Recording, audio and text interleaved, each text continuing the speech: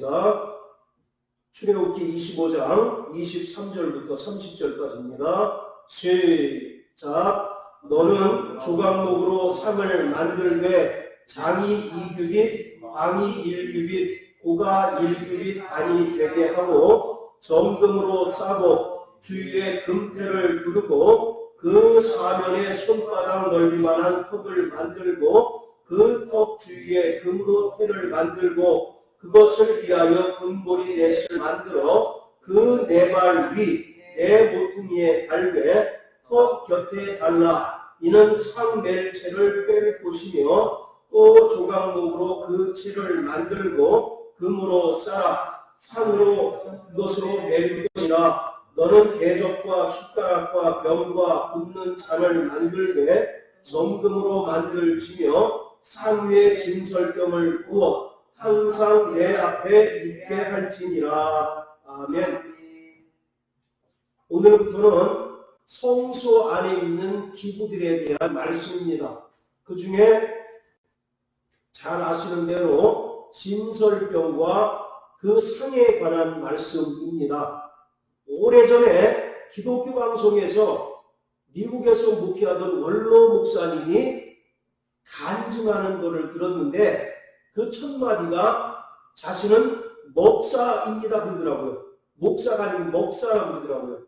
왜 그런가 봤더니 자기가 제일 못하는 게 설교래요. 그래서 자기가 주일 설교를 하면 그 교회 성도들은 잘 자든지 조는 사람들이 태반이고 또 심지어 당신의 사모님조차도 예배 시간에 설교 시간에 자든지 졸든지 한대요. 그런데도 그 교회가 굉장히 부흥을 해요. 그래서 사회자가 그럼에도 불구하고 왜 교회가 부흥하는 비결이 뭡니까? 라고 물었더니 자신은 그 주간에 새로 나온 성도들을 반드시 훌륭한 식탁에 초대해서 그 식탁을 나누면서 진솔한 대화를 나누고 인격적인 만남을 갖는답니다. 그래서 그 교회가 유달리 새신자 정착률이 대단히 높아요. 그러니까 당연히 새신자 정착률이 높으니까 교회가 어떻게 되겠습니까? 부흥할 수밖에 없겠죠. 자, 왜 이런 말씀을 드리느냐면 지금 우리가 혼밥, 혼술 그런 얘기 하잖아요. 전부 다 교제가 끊겨지고 개인주의에 치우친 그런 사회의 어떤 그런 모습을 단면으로 이야기하는 겁니다. 예수님께서 3년 동안 공생의 사역을 하셨는데 예수의 공생의 사역에서 이 식탁 교제, 식사라고 하는 것이 빼놓을 수 없는 매우 중요한 복음 전파와 치유의 수단이었습니다. 예수와 식사를 함께 한다는 것 자체가 죄사함을 받고 치유받는 자리였습니다. 이처럼 예수 그리스도는 구원을 성취하기 위하여 구원의 식탁을 차리셨고 자신이 친히 생명의 떡이 되어 주셨습니다. 이스라엘이 광야에서 하늘에서 내린 만나를 먹었던 것처럼 예수가 친히 이 땅에 생명의 떡으로 오셔서 누구든지 자신을 먹고 마시는 자는 영생을 얻게 하신다라고 말씀하고 있습니다. 생명의 떡으로 오신 예수 그리스도가 떡집이라는 의미가 있는 베들레헴에서 태어나신 것은 결코 우연이 아니라 하나님의 구체적인 섭리임을 우리가 알 수 있습니다. 베들레헴이라고 하는 것은 떡집이라는 의미가 있습니다. 자, 이처럼 성경에서 식탁 교제가 갖는 의미는 하나님과 인간이 언약을 맺는 그 관계 속에서 찾아볼 수 있습니다. 자, 우리 출애굽기 24장 7절부터 11절까지를 다 같이 한번 읽어보겠습니다. 시작. 언약서를 가져 백성에게 낭독하여 들리매 그들이 가로되 여호와의 모든 말씀을 우리가 준행하리이다. 모세가 그 피를 취하여 백성에게 뿌려 가로되 이는 여호와께서 네 모든 말씀에 대하여 너희와 세우신 언약의 피니라. 모세와 아론과 나답과 아비후와 이스라엘 장로 70인이 올라가서 이스라엘 하나님을 보니 그 발 아래는 청옥을 편듯하고 하늘같이 청명하더라. 하나님이 이스라엘의 존귀한 자들에게 손을 대지 아니하셨고 그들은 하나님을 보고 먹고 마셨더라. 자, 11절 다시 한번 읽습니다. 시작. 하나님이 이스라엘의 존귀한 자들에게 손을 대지 아니하셨고 그들은 하나님을 보고 먹고 마셨더라.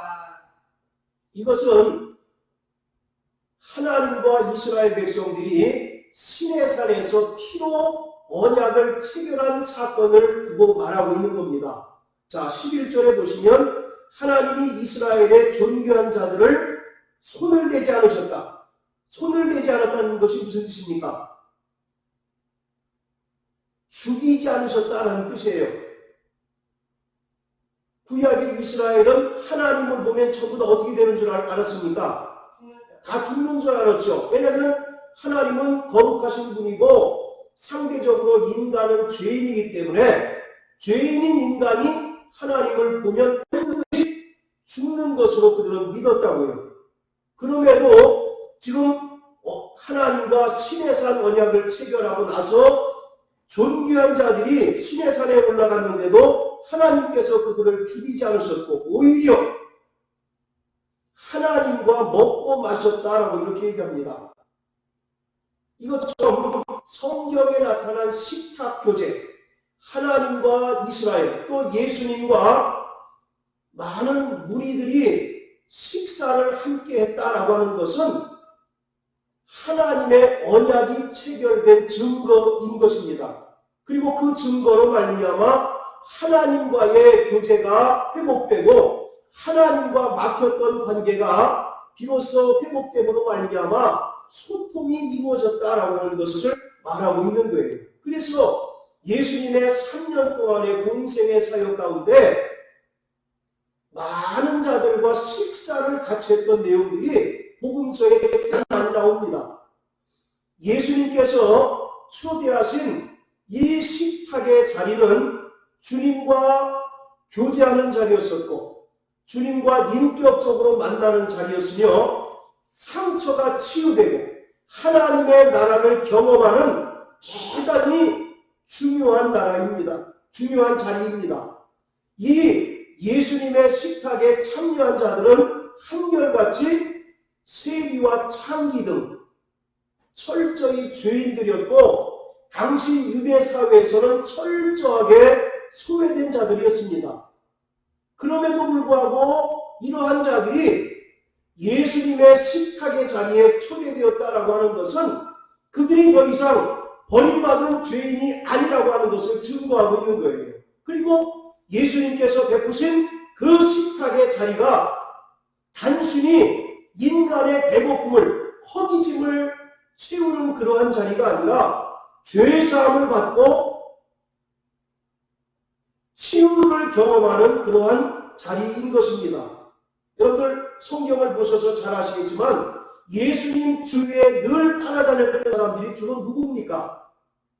세리들, 죄인들, 그리고 병든 자들, 이방인들, 그리고 천한 여인이 아니었습니까? 이들은 당시의 사회의 주류에 속하지 못하고 철저하게 소외된 자들이었고 성경에 의하여 죄인으로 낙인 찍혔던 자들이었어요. 주님은 주로 이러한 사람들하고 식사를 하셨습니다. 그렇기 때문에 예수의 식탁은 항상 바리새인들로부터 비난의 대상이 되었던 거죠. 아니, 당신이 하나님의 아들이라고 하면서 또 선지자라고 하면서 왜 저러한 죄인들과 같이 식사를 합니까? 라고 바리새인들은 늘 예수님의 식탁의 자리를 비난했습니다. 여러분들, 바리새인들은 주로 어떤 특징을 가진 사람들입니까? 누가복음 18장에 보면 성전에 올라가서 기도하는 두 사람이 있어요. 하나는 바리새인이고 또 하나는 세리였습니다. 세리.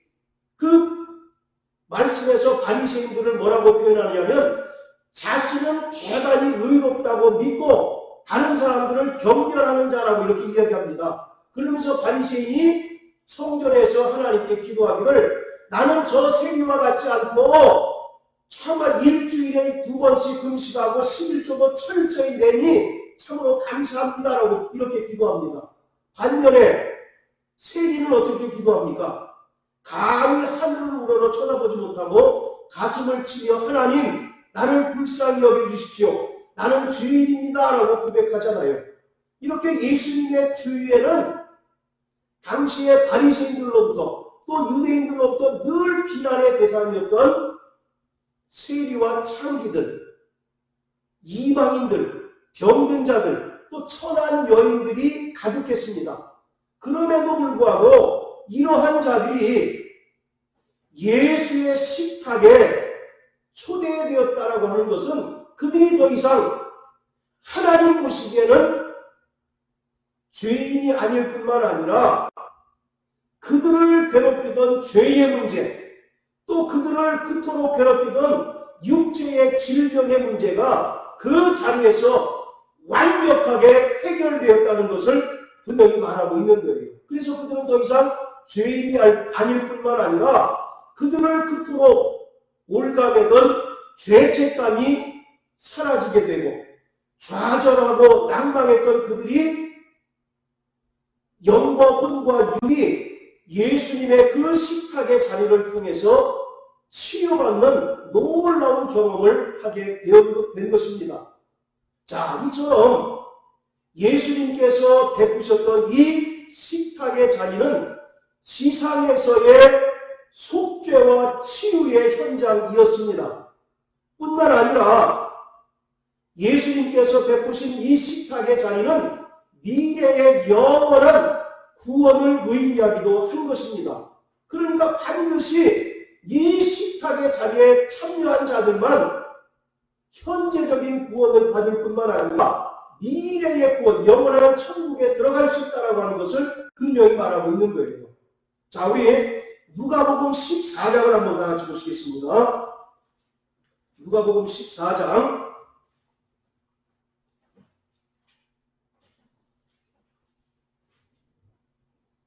자, 15절입니다. 시작. 함께 먹는 사람 중에 하나가 이 말을 듣고 이르되 무릇 하나님의 나라에서 떡을 먹는 자는 복되도다 하니, 이것은 왕이 베푼 잔치자리를 이야기하고 있는데, 그러면서 뭐라고 얘기하냐면 하나님 나라에서 떡을 먹는 자가 복되다라고 이렇게 얘기합니다. 즉 이 땅에서 예수의 예수께서 베푸신 그 식탁 자리를 통해서 죄사함과 영혼육이 치유함을 받은 자만이 어디에서 떡을 먹는다는 얘기입니까? 하나님 나라에서도 떡을 먹는다라고 이와 같이 얘기하고 있어요. 하나님 나라에서 떡을 먹는다는 얘기는 뭐예요? 영원한 구원을 이야기하고 있습니다. 자, 우리 계시록 3장을 다 같이 한번 보십니다. 계시록 3장 20절.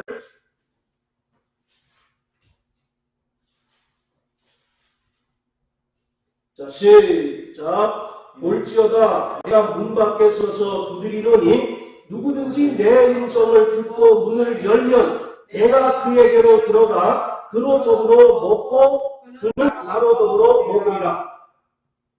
이 말씀을 우리는 보통 전도할 때 많이 이용을 하죠. 우리가 마음문을 열고 예수님을 영접하면 구원받습니다 라고 하는 그러한 말을 할 때 이 구절을 쓰는데, 이것은 그러한 구절이 아니라 예수님 재림의 임박성을 이야기하고 있는 거예요. 그래서 이 땅에서 예수님의 재림을 기다리는 그 믿음으로 살아가는 자들은 장차 주님과 영원한 천국잔치에서 먹고 마시는 자가 된다라는 이야기를 하고 있는 것입니다. 자, 또 19장 한번 다 같이 보세요. 19장 9절.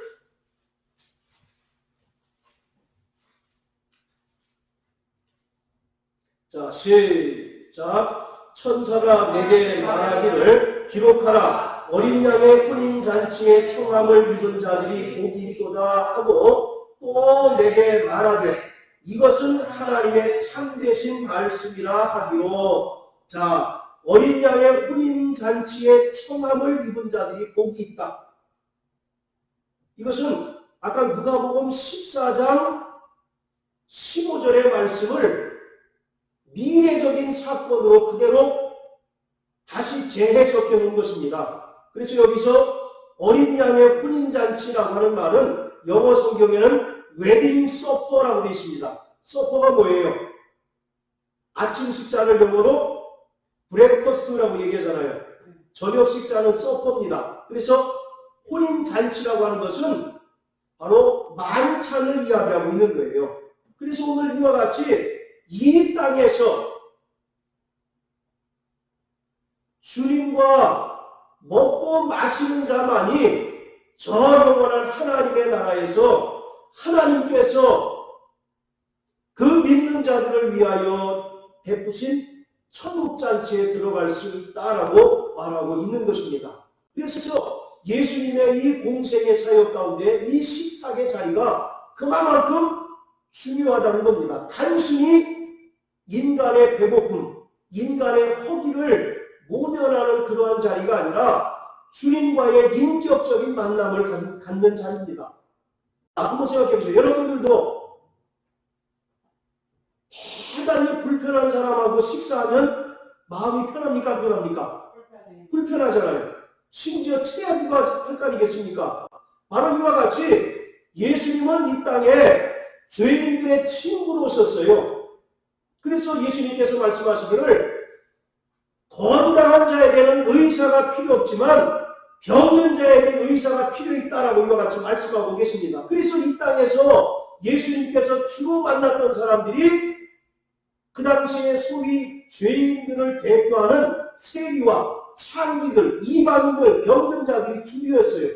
그들을 바로 식탁 자리에 주님께서 초대하셔서 그들의 영혼의 죄의 문제를 해결해 주셨고 그들이 그 사회에서 소외된 사람으로 살아가는 동안 당했던 좌절감과 낙심함을 주님께서 치료해 주셨을 뿐만 아니라 그들의 질병조차 치료하셨던 그 자리가 예수님의 식탁 자리였던 것이죠. 그러나 바리새인들은 어떻습니까? 아니 너희 선생들이 왜 죄인들과 같이 식사하느냐?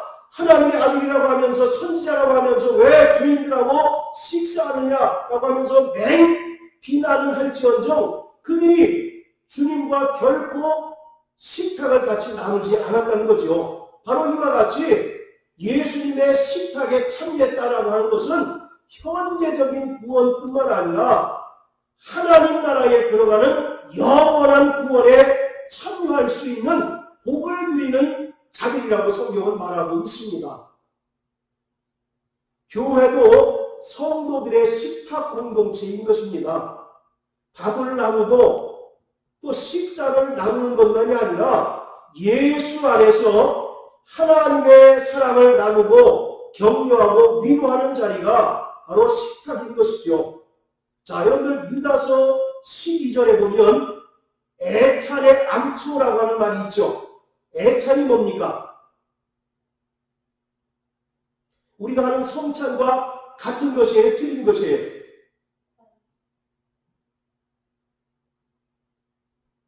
이 애찬은 성도들의 공동 식사입니다.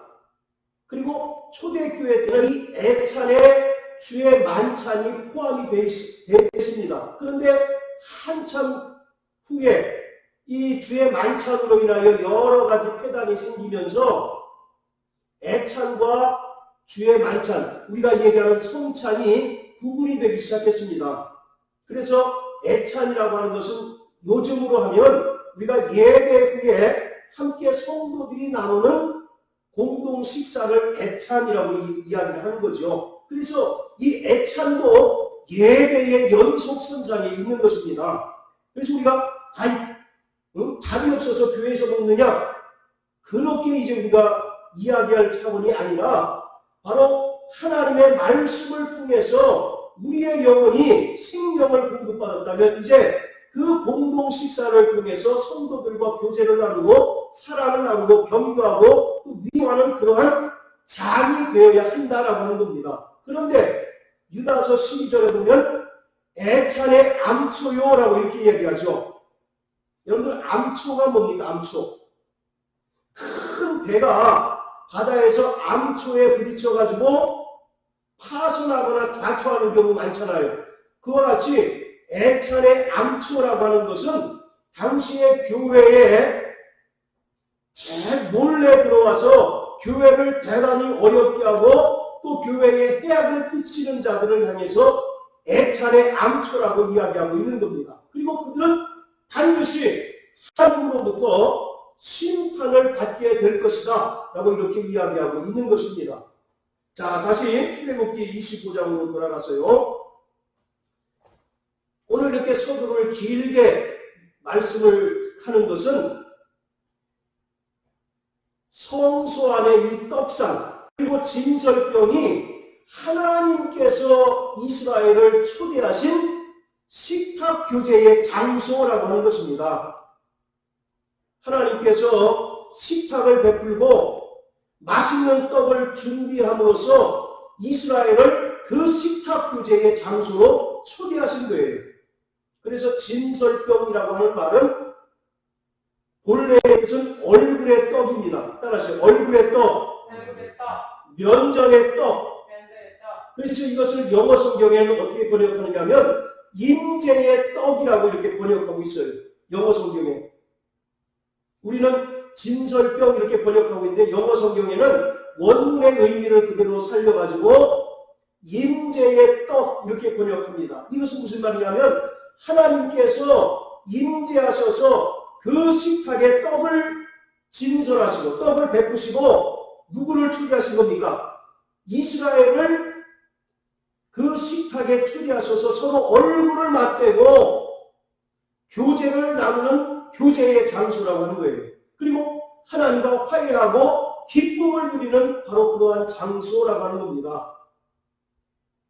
여러분들 며칠 전에 대한민국 대통령이 미국에 갔었지 않습니까? 네. 이 외교에서 대단히 중요한 의식 중에 하나가 만찬이에요. 만찬. 같이 식사하는 것이 그만큼 중요한 의미를 띠고 있습니다. 그래서 뉴스에 잘 보셔서 아시겠지만 어떤 음식이 제공됐는지가 굉장한 이슈 아니겠습니까? 이와 같이 하나님께서 식탁을 베푸셨다는 것은 그 상대방인 이스라엘 또 하나님의 백성인 우리 모든 성도들을 누구로 대우하셨다는 겁니까? 친구로 대우하신다는 얘기예요. 같은 동등한 입장에서 서로 얼굴을 맞대고 떡을 먹으면서 교제하고 화해하고 기쁨을 누리자라고 하는 것이 성소 안에 있는 떡상, 진설병 상입니다. 이 진설병 상은 견고한 조각목으로 만들고 그 주인은 정금으로 쌌습니다. 여러분들 성막들에 있는 기구들은 전부 무엇으로 이제 도금했다고 무엇으로 쌌습니까? 놋으로 쌌죠. 놋은 심판을 상징한다고 말씀드렸죠. 이미 우리가 천국 갈지 지옥 갈지에 대한 심판은 성막들에서 예수 그리스도로 말미암아 완전히 결정이 난 거예요. 그리고 성소는 하나님과 교제하는 장소입니다. 떡을 먹으면서 교제하고 또 금등면 성령으로 교제하고 또 기도를 통해서 하나님과 교제하는 그 장소가 성소인 것입니다. 그래서 성소에 있는 모든 기구는 정금으로 둘러쌌습니다. 그리고 그 크기는 장이 2규빗, 관이 1규빗, 높이가 1.5규빗이고요. 그리고 그 상 안에는 대접과 숟가락과 병과 잔이 있는데 이 잔은 포도주를 하나님께 부어 드릴 때 사용하는 도구인 것입니다. 자, 그리고 이 진설병은 몇 개를 만듭니까? 12개를 두 줄로 이제 배치하고 일주일간 신선하게 보관해야 합니다. 그리고 이 진설병은 반드시 고운 밀가루, 누룩이 들어가지 않은 고운 밀가루로 만들고 일주일마다, 매 안식일마다 새로 교체하는데 묵은 떡은 제사장들이 성소에서 함께 나누어 먹도록 규정하고 있습니다. 자, 그렇다면 이 진설병이 우리에게 주는 영적인 의미는 무엇이겠습니까? 바로 성경은 한 5가지 정도로 이제 말하고 있는데, 그 첫째는 생명의 떡으로 오신 예수 그리스도를 가리키고 있습니다. 요한복음 6장에 보면 이스라엘이 광야에서 하나님께서 주신 떡을 먹어도 죽었거니와 나는 하늘로서 내려온 생명의 떡이니 너희가 나를 먹고 나를 마시면 영생을 얻는다라고 말씀하고 계십니다. 그래서 이 진설병이 우리에게 주는 가장 큰 영적인 의미는 생명의 떡으로 오신 예수 그리스도를 나타내고 있는 것입니다. 자, 그리고 두 번째 영적 의미는 이 떡은 영혼의 양식인 하나님의 말씀을 상징합니다. 자, 우리 예레미야 15장을 다 같이 한번 보십시다.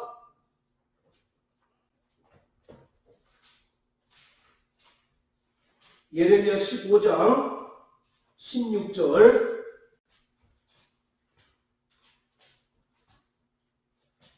자, 시작. 만군의 하나님 여호와시여, 나는 주의 이름으로 일컬음을 받는 자라. 내가 주의 말씀을 얻어 먹었사오니 주의 말씀은 내게 기쁨과 내 마음의 즐거움이오나. 예, 주의 이름으로 바로 그 주의 말씀을 얻어 먹었사오니 주의 말씀은 내게 기쁨과 즐거움이 됩니다 라고 말씀하고 있어요. 또 우리가 잘 아는 마태복음 4장 4절에 사람이 떡으로만 살 것이 아니라 하나님의 입으로부터 나오는 모든 말씀으로 살 것이다. 무슨 말씀처럼 이 떡은 영혼의 양식인 하나님의 말씀을 상징합니다. 특히 구약성경에 보면 시편에 보면 하나님의 말씀을 먹는 음식으로 비유한 것이 대단히 많죠. 주의 말씀이 어찌 그리 단지요 내 입의 꿀송이보다 더 답니다 라고 이런 말씀이 있고, 또 은쟁반의 사과 같다라고 하는 그런 말씀도 있어요. 바로 이와 같이 우리가 육신의 허기를 채우듯 바로 영혼의 허기를 채우고 영혼의 생명을 채우는 하나님의 말씀을 상징합니다. 자, 그리고 세 번째로 이 떡은 신교를 상징합니다. 아까도 말씀드렸던 것처럼 이 진설병이라고 하는 이름이 임재의 떡입니다. 하나님께서 그 식탁에 먼저 와 계셔서 떡을 베푸시고 이스라엘을 친구로 초청하신 거예요. 그래서 그 식탁을 사이에 놓고 서로 얼굴을 맞대고 교제를 통해서 바로 기쁨을 누리고 또 하나님과 화해하는 그러한 자리가 진설병 상인 것입니다. 마찬가지로 우리 성도들도 예수 그리스도가 차려놓으신 그 식탁 안에서 영적인 유익을 누리고 치유와 기쁨을 누려야 합니다.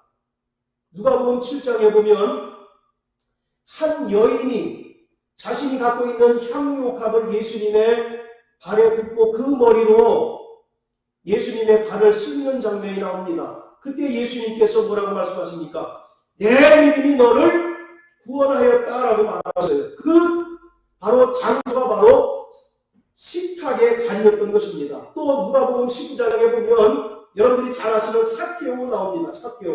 삭개오의 직업이 뭐예요? 세리장이었어요. 세리장. 그냥 일반적인 세리도 아니고 세리 중에서도 상당히 높은 세리장이었습니다. 당시의 세리는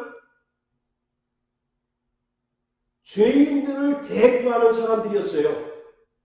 여자 중에서 죄인들을 대표한다면 어떤 직업군을 꼽을 수 있습니까? 창기. 그리고 남자들로서는 이 세리가 당시에 그 유대인들로서는 죄인들을 대표하는 직업군이었어요. 그런데 이 삭개오는 일반 세리도 아니고 그 세리 중에서도 상당히 높은 고위 직급을 가진 자들이었습니다. 그러니 이 사람은 늘 외톨이였었고 늘 따돌림을 받는 그런 상황 아니었겠습니까? 그런데 어느 날 자기 집 근처에 예수님이 지나가신다는 그 소문을 듣고 그가 뽕나무에 올라가서, 우리 성경에는 뽕나무라고 되어 있는데 원래는 돌감람나무라고 합니다. 자, 어쨌든 나무에 올라가서 예수님을 봤을 때 예수님이 그에게 뭐라고 얘기합니까? 삭개오야 내려오라. 내가 오늘 너희의 집에 유하여야 하겠다라고 말씀하십니다. 그때 삭개오가 그 말씀을 듣고 내가 토색한 것은 3, 4배 다 갚겠습니다 라고 고백했을 때 주님께서 삭개오에게 얘기하기를 오늘 구원이 이 집에 이르렀다라고 말하고 있어요. 오늘 이와 같이 오늘 너희의 집에 유한다라고 하는 것은 그 삭개오, 당시 죄인들을 대표하고 죄인들을 이제 대표하는 그 삭개오라고 하는 인물을 예수님께서 식탁의 자리에 소개하신 겁니다. 그리고 그 식탁의 자리에서 예수님을 만났을 때 그가 비로소 구원을 받게 되었던 것처럼 오늘 이 진설병은 하나님과 성도들 간에 또 예수 그리스도와 성도들 간의 친밀한 교제를 의미하고 있는 거예요. 그래서 우리가 하나님의 말씀을 대할 때 우리에게서 병이 고침받게 되고 또 우리를 무겁게 짓누르던 모든 문제가 해결되고 기쁨을 누리는 경험을 하게 되는 것입니다. 할렐루야. 네. 자, 그리고 이 진설병은 주님의 만찬을 상징합니다. 이 떡은 예수 그리스도의 몸을 가리키고 아까 출애굽기 25장에 보면 이 상 위에 잔이 있다고 말씀을 드렸죠. 그 잔의 용도는 포도주를 담아다가 하나님께 부어드리는 그런 용도로 쓰이는 것이 바로 잔입니다. 그러니까 이 진설병 상에는 떡만 있는 것이 아니라 포도주도 미리 준비되어 있었습니다. 그래서 진설병이라고 하는 것은 우리가 지금 매주일 주님의 살과 피를 기념하는 성찬을 바로 상징하고 있는 것이죠. 자, 그리고 마지막 5번째로 이 진설병은 고운 밀가루로 만듭니다. 누룩이 전혀 들어가지 않은, 그러니까 쉽게 얘기해서 무교병을 이제 연상하시면 되겠는데 왜 고운 밀가루로 만드느냐? 고운 밀가루라고 하는 것은 예수 그리스도가 이 땅에 사람으로 오셔서 그 육체를 찢으시고 그 육체를 못에 박으심으로 말미암아 우리를 구원하셨다는 겁니다. 그러나 그는 비록 이 땅에 인간으로 오셨다 할지라도 죄는 없는 분이다라고 하는 사실을 고운 밀가루를 통해서 우리에게 설명하고 있어요. 고운 밀가루라고 하는 것은 그 채로 여러 번 침으로써 이 분말이 상당히 고운 상태를 이야기하고 있는 거예요. 그만큼 예수가 이 땅에 오셔서 그 몸을 가루로 만드셨다는 겁니다. 누구를 위해서? 바로 저와 여러분들을 위하여 그 몸이 가루가 될 정도로 죄인들을 위하여 십자가를 달리셔서 그 몸을 찢으시고 그 몸을 상하심으로 말미암아 우리를 죄에서 구원하셨다는 거죠. 그러나 그는 비록 인간으로 오셨다 할지라도 죄가 없는 그림을 고운 밀가루로 상징하고 있습니다. 그리고 고운 밀가루는 하나님의 말씀이 정리하다라고 하는 것을 뜻합니다. 자, 우리 시편 119편 한번 보세요.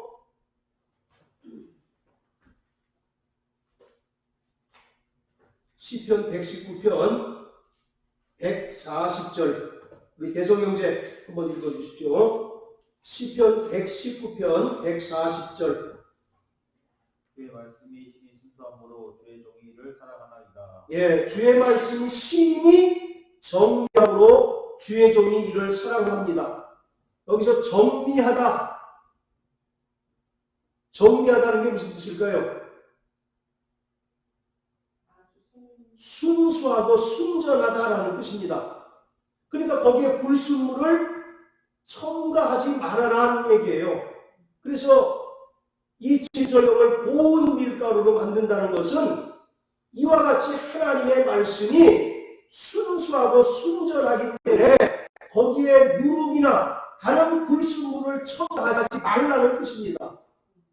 예수님께서도 제자들에게 말씀하지 않습니까? 너희는 장로들의 누룩을 주의하라. 그러니까 제자들은 우리가 떡을 안 갖고 온 것을 어떻게 하셨을까? 이렇게 생각했잖아요. 그런데 예수님의 그 의미는 뭡니까? 장로들의 유전, 장로들의 전통을 너희가 따르지 말라는 그런 이야기 아니겠습니까? 이와 같이 하나님의 말씀은 정리합니다. 그 고운 밀가루를 수십 돈 채로 쳐서 더 이상 곱게 갈 수 없을 정도로 그렇게 고운 밀가루로 떡을 만든 것처럼 하나님의 말씀은 순전한 것이죠. 그래서 자꾸 거기에 불순물을 첨가하게 되면 하나님의 뜻과는 정반대, 다른 의도가, 다른 뜻이 생겨버릴 수가 있다는 거죠. 그래서 디모데후서 4장에 보면 말세에 나타나는 현상 중에 하나가 많은 사람들이 귀가 가려워서 자기의 스승을 많이 두고 진리에서 돌이켜 뭐를 따른다고요? 허탄한 것을 쫓으니 이러한 자들은 심판을 받게 된다라고 말하고 있어요. 그래서 우리는 어떤 유명한, 어떤 대단히 훌륭한 목사의 가르침을 쫓는 것이 아니라 하나님의 말씀을 액면 그대로 듣고 읽고 또 성령께서 조명하실 때 우리가 비로소 하나님의 뜻을 온전히 깨달을 수가 있게 되는 것입니다. 할렐루야. 자, 이와 같이 진설병은 이러한 5가지 정도의 의미가 있습니다. 자, 그런데 여러분들 시편 23편 5절에 기억하시는 분 계십니까? 시편 23편 5절 원수의 목전에서 상을 베푸신다. 여기서 이 상이라고 하는 말은 영어로 프라이즈, 우리가 뭘 잘해서 받는 그 상이 아니라 테이블을 얘기합니다. 식탁을 얘기합니다. 자, 그런데 잘 생각해 보세요. 원수가 지금 눈을 부라리고 있는데 그 앞에서 밥 먹을 수 있는 사람이 얼마나 되겠습니까? 또 다윗은 그의 일생 동안 그의 목숨을 위협하는 수많은 대적들이 있었어요. 사울이 그를 죽이려고 쫓아다녔죠. 또 그 아들이 그를 죽이려고 수없이 쫓아다녔지 않습니까? 그 내용을 설명하고 있는 거예요. 다른 말로 하면 막 빚독촉을 하는 빚쟁이 앞에서 어느 누가 편안하게 밥을 먹을 수 있겠어요? 그렇지 않습니까? 이와 같이 원수의 목전에서 상을 베푼다. 즉 하나님께서 식탁을 베푸셨다라고 하는 말은 우리를 끝까지 사랑하시고 끝까지 지켜주신다라고 하는 그 하나님의 언약이 담겨 있는 것입니다. 그래서 바로 우리는 날마다 예수 그리스도가 베푸신 그 식탁의 자리에 정말 참여하여 주님과 은혜를 나누고 또 교제를 나누는 자 되시기를 주의 이름으로 축원합니다. 그럴 때 우리가 우리 앞에 수많은 문제, 내가 도무지 감당할 수 없는 그 문제로 인하여일지라도 주님의 식탁 자리에 참여하기만 하면 우리의 영혼육이 치유되고 또 우리가 신령 회복되는 놀라운 은혜를 누릴 수가 있는 거예요. 그것을 오늘 다윗은 원수의 목전에서 상을 베푸신다라고 표현하고 있습니다. 자, 우리 마지막으로 마태복음 6장을 한번 따라가 주시겠습니다.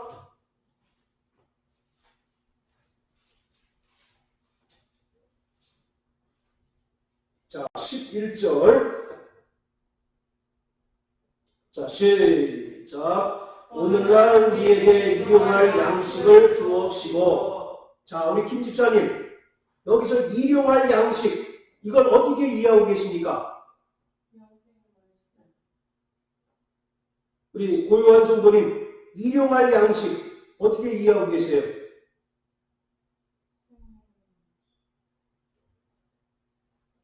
오늘 하루를 살아가는데 필요한 양식, 그렇게 이해하고 계시죠? 그래서 영어 성경에도 데일리 브레드 이렇게 이제 번역을 하고 있습니다. 자, 그런데 그 일용할이라고 하는 말에 조그맣게 반주번호가 달려 있어요. 그렇죠?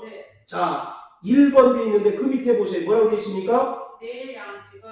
예, 내일 양식 이렇게 되어 있습니다. 실제로 예수님 당시에 유대 사회에서 이제 통용되는 언어가 히브리어가 아니라 아람어라고 합니다. 지금의 그 아랍의 그 엄마격인 아람어가 이제 사용이 됐는데 그 아람어로 된 성경에는 내일 양식을 주옵시고 이렇게 이제 번역이 되어 있는 거예요.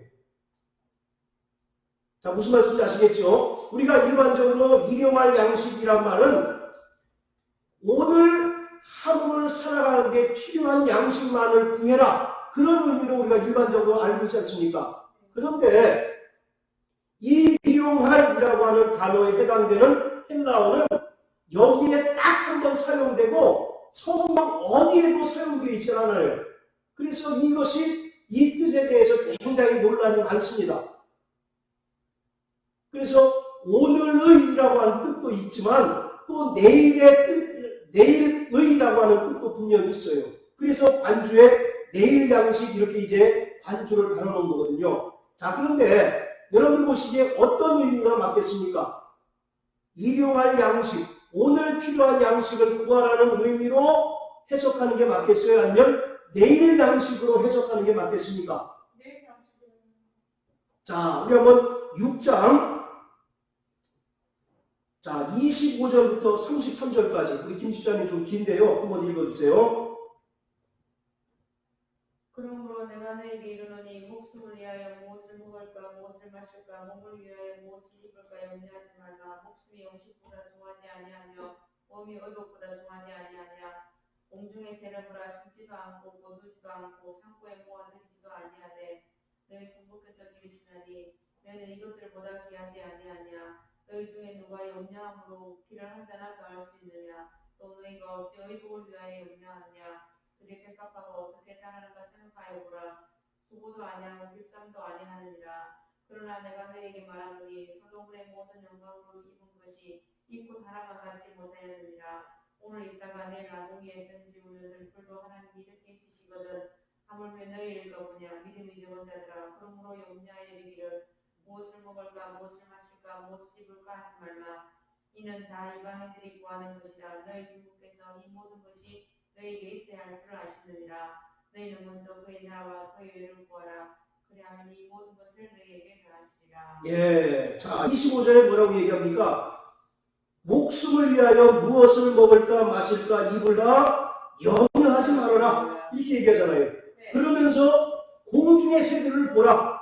들에 있는 백합화를 보라. 저들이 내일 뭐 먹을지 오늘 어떤 걸 먹을지 염려하느냐 그런 얘기를 하시니까 그러므로 33절에 먼저 하나님 나라와 의를 구하면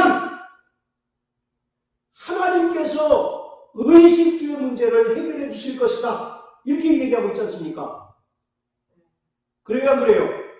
자, 그런 차원에서 6장 11절에 있는 내용하고 조금 상충된다고 생각하지 않습니까?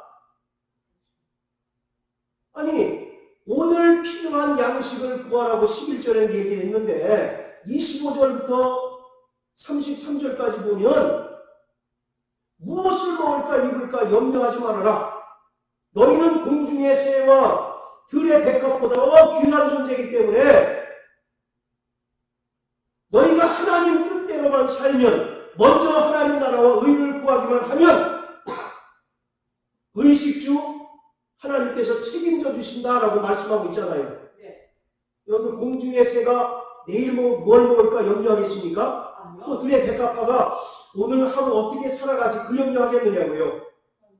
그러나 하나님께서 그들을 지으셨기 때문에 하나님께서 그들을 책임지신다는 거 아니겠습니까? 마찬가지로 그래서 제 개인적인 견해는 이 일용할 양식이라는 말이 내일 양식으로 번역해야 더 성경적이지 않을까라고 생각을 합니다.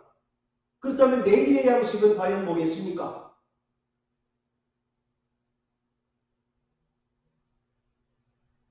여기서 양식은 구약의 하나님께서 이스라엘이 광야 생활할 때 주셨던 만나를 설명하고 있는 겁니다.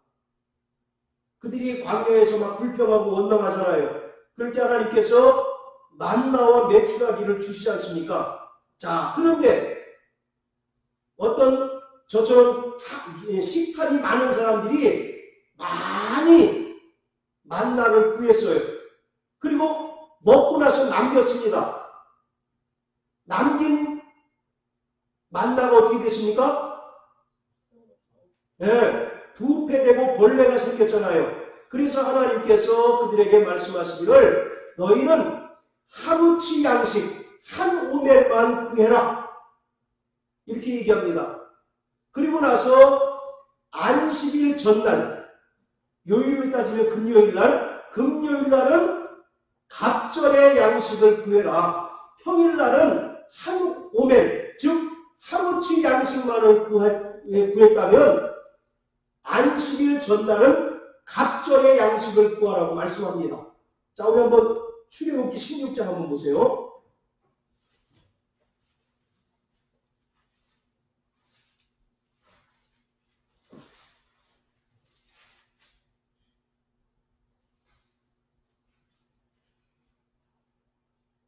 자, 21절, 22절만 한번 읽어보십니다. 23절까지. 자, 시작.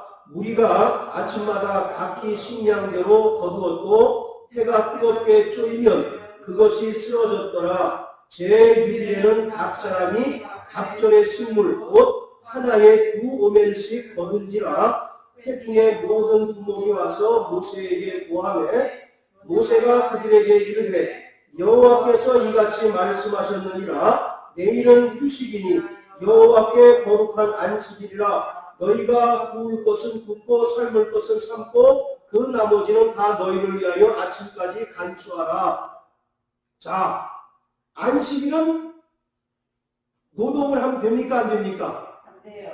심지어 음식을 조리하는 것조차도 노동에 해당이 되기 때문에 하나님께서 모세를 분명히 말씀하지요. 제6일, 즉 안식일 전날에는 각절의 양식을 구하라고 말씀하고 계세요. 평일날은 한 오멜, 하루치 분량의 양식만을 구하라고 말씀하셨는데 안식일 전날, 즉 6일에는 갑절의 양식을 구하라고 말씀합니다. 안식일에 먹을 양식이 내일 양식인 것이죠. 무슨 말인지 아시겠죠? 안식일날 음식을 구할 수 있습니까? 없습니까? 노동을 하는 것이 해당되기 때문에 안식일에는 만나를 구하지 못해요. 그래서 안식일 전날 내일의 양식을 구하라고 말씀하셨던 것처럼 주님께서 주기도문에 일용할 양식을 구하라는 것은 하루에 필요한 양식을 구하라는 의미보다 내일의 양식을 구하는 겁니다. 영원한 안식에 필요한 하늘 양식, 곧 예수 그리스도를 구하는 겁니다. 할렐루야. 그래서 요한복음 6장에 보면 너희는 썩을 것을 위하여 살지 말라고 분명히 말씀하잖아요. 오직 내 살과 내 피를 먹음으로 너희가 영생을 얻으라고 분명히 말씀하십니다. 그래서 일용할 양식이라고 하는 것은 다시 말씀드리면 오늘 필요한 오늘 생존에 필요한 양식이라기보다는 그것도 전혀 틀렸다라고 이렇게 말씀드리지 않습니다. 그것보다도 주님께서 주기도문을 통해서 그 양식을 구하라고 하신 말씀은 내일 양식. 내일 양식이 뭐라고요? 예수 그리스도. 우리가 예수를 믿음으로 말미암아 영원한 안식에 들어가지 않습니까? 할렐루야. 그 영원한 양식에 필요한 하늘 생명, 하늘 양식, 그것이 바로 내일 양식인 거죠. 예수 그리스도입니다. 할렐루야. 그래서 오늘 우리 성도들은 날마다 주님께서 베푸신 그 식탁의 교제에서 주님과 교제하는 자가 되어야 합니다. 아까 진설병이 우리 영혼의 양식인 하나님의 말씀이라고 말씀드렸죠. 그래서 성도들은 날마다 하나님의 양식을 주야로 묵상하고 날마다 그 말씀을 참고해야 합니다. 하나님과 여러분들의 거리가 지금 가깝다고 생각하십니까? 멀다고 생각하십니까? 그것을 확인할 수 있는 것이 여러분이 성경과 가까우냐 뭐냐를 통해서 알 수가 있는 거예요. 어떤 사람들은 성경이 하나의 액세서리에 불과해. 그래서 주일날 예배 나올 때 마치 학교 다닐 때 그 책을 준비하는 것처럼 그냥 교회 다니는 사람이기 때문에 의뢰의 교회에 필요한 책, 성경책을 끼고 왔다. 다시 이제 예배 끝나고 집에 돌아가면 그냥 아무데나 두었다가 그 다음날, 그 다음 주에 먼저 툭툭 털고 다시 성경책 갖고 오는 사람이 있다는 얘기죠. 그만큼 우리가 주님과 교제하는 것은 말씀을 통해서 교제하는 겁니다. 할렐루야.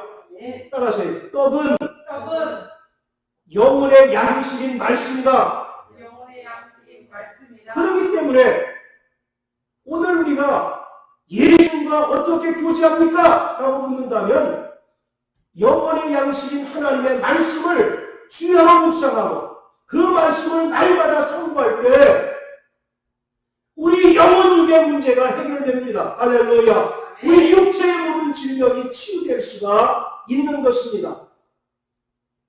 뿐만 아니라 우리는 날마다 우리 육체를 위해서는 이 썩어질 양식을 구하는 자이지만 자신의 영혼을 위해서는 내일 양식을 구하는 자 되시길 주의 이름으로 축원합니다. 내일 양식이 뭐라고 했어요?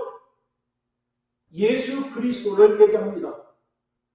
안식일 전날 각절의 양식을 구하는 것처럼 오늘 우리가 비록 이 땅에 살지만 저 영원한 안식에 들어갈 것을 믿고 소망하면서 날마다 하늘 양식인 예수의 생명이 내 안에 충만하기를 구하는 자 되시길 주의 이름으로 축원합니다. 오늘 있다가 내일 없어지는 들풀도 하나님께서 먹이신다고 말씀합니다. 공중의 새도 하나님께서 입히시고 먹이신다고 말씀하셔요. 그렇기 때문에 최소한 그리스도인들은 믿지 않는 자들과 같이 이방인들과 같이 오늘 뭐 먹지, 무엇을 입지, 또 무엇을 마시나 염려하는 자가 아니라 내가 정말 하나님의 뜻대로 살려고 정말 고민하고 또 고민할 때 하나님께서 우리 육신에 필요한 것들을 채워주신다고 성경은 말씀합니다. 그렇기 때문에 우리는 성도들의 최고의 고민은 내 영혼에 내일 양식인 예수의 생명이 충만한가 그것을 고민하는 자가 되어야 한다는 것입니다.